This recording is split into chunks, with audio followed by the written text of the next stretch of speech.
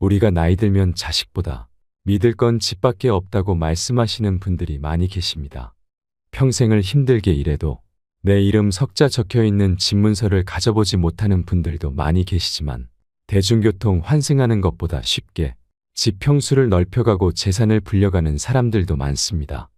오늘은 나이 들면서 어떤 집을 사고 어떤 집에 거주하는 것이 현명한 선택인지에 대해서 함께 고민해보는 시간이 되셨으면 좋겠습니다.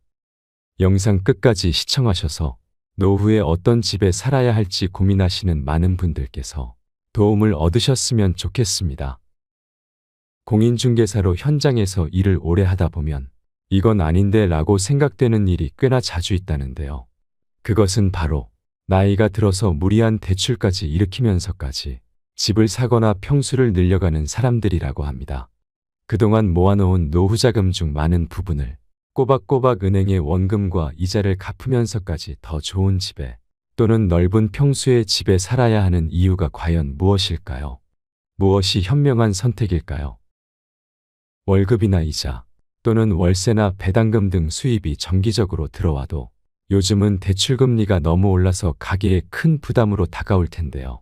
본인이 가진 여유자금이 충분해서 평수를 넓히려고 하더라도 저는 다시 한번 신중하게 생각해보라고 말씀드리고 싶습니다.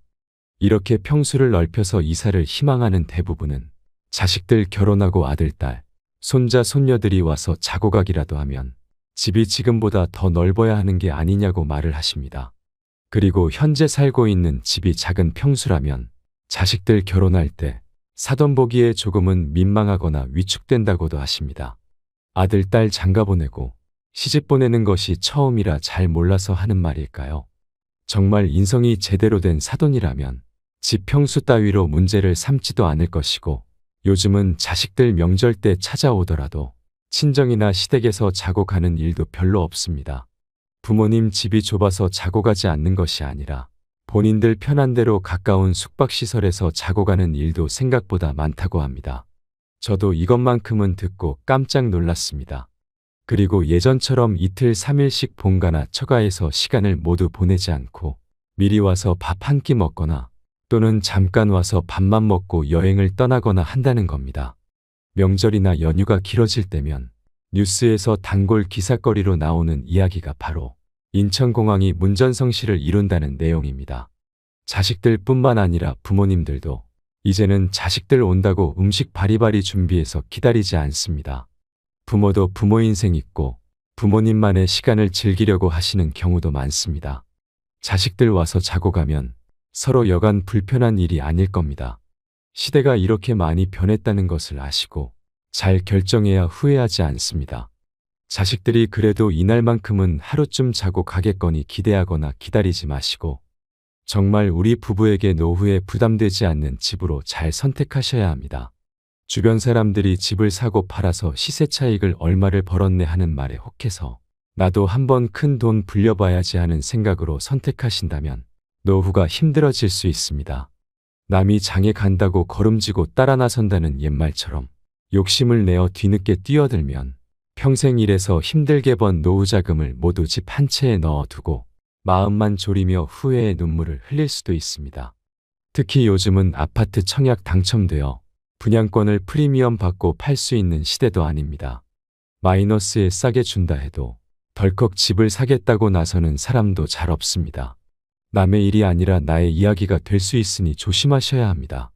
노후에 큰 돈은 없어도 마음만큼은 편안하게 조금 아껴가며 살려고 하다 늦게 뛰어든 아파트 분양권 시장에서 은행만 좋은 일 시키고 내 노후를 좀먹는 일이 될 수 있고 불면증까지 얻어 마음이 새카맣게 타들어가는 압박감에 시달릴 수 있으니 꼭 명심하셨으면 좋겠습니다. 나이 들면 회색 도심의 아파트에서 벗어나 자연과 벗삼는 전원주택에 살고 싶어 하시는 분들 많을 겁니다. 제가 아는 남편의 선배도 퇴직하고 산 좋고 물 좋은 곳에 그림 같은 집을 짓고 살았다고 했습니다. 그때 선배와 오랜만에 만나 나눈 이야기가 있다고 합니다. 자식들은 돈 필요할 때마다 전화하고 자꾸 찾아와서 귀찮다고 평생 로망이었던 전원주택 짓고 시골에서 살고 싶다고 했답니다. 그렇게 남편이 시골 생활 쉬운 거 아니라고 장점도 물론 있겠지만 나이 들면 병원 가깝고 먹거리 살 마트 가깝게 있고 어디 가나 사람들 많이 구경할 수 있고 대중교통도 편리한 도시가 더 낫지 않겠냐고 말렸지만 노후 자금 대부분을 들여서 넓은 마당까지 구비한 전원주택을 짓게 되었는데요. 3년도 채 살지 못하고 시골 생활을 접고 다시 도시로 이사하게 되었다고 했습니다. 시골 생활을 할 때 다른 것도 불편한 게 많았지만 마을 주민들의 텃세가 생각보다 그 부부를 힘들게 했다고 합니다.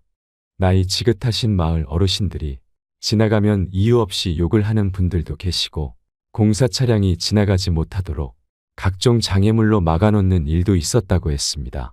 누가 시골 인심이 아직 좋냐고 했느냐면서 아주 분노하더랍니다. 이제 이사온 부부에게 오라가라 하고 마을 발전기금이 필요하다면서 꽤 큰 돈을 요구하기도 하고 마을에 행사가 있을 때마다 찬조를 지속적으로 요구해서 미치고 팔짝 뛰겠더랍니다.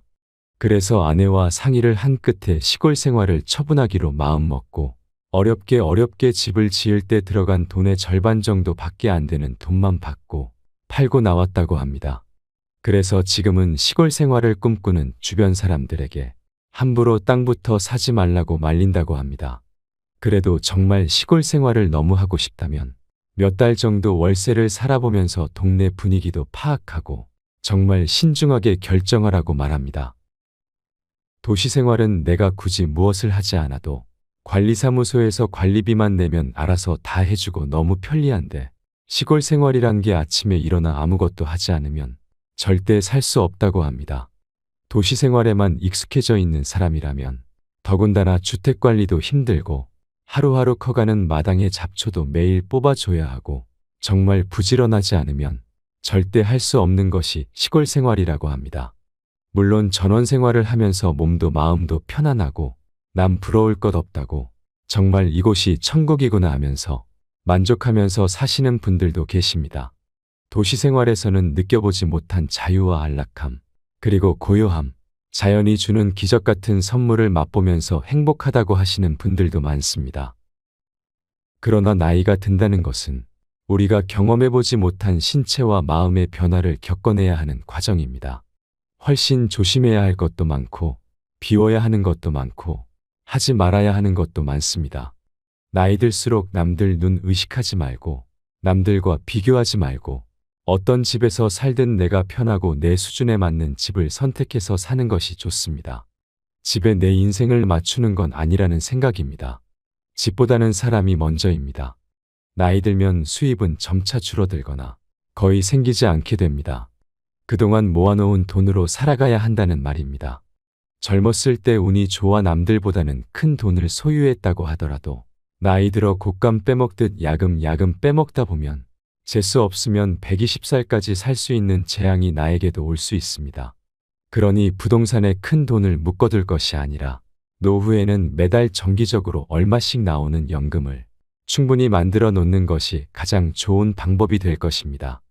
노후에는 목돈이 축복이 아니라 재앙이 될 수 있다는 것을 기억해야 합니다. 빚내서 집 평수 크게 절대 지으시면 안 됩니다.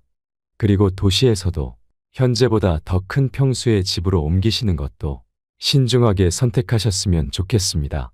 자녀들이 성인이 되어 다 독립했다면 이제는 집의 사이즈를 줄이시는 것을 고려해야 합니다.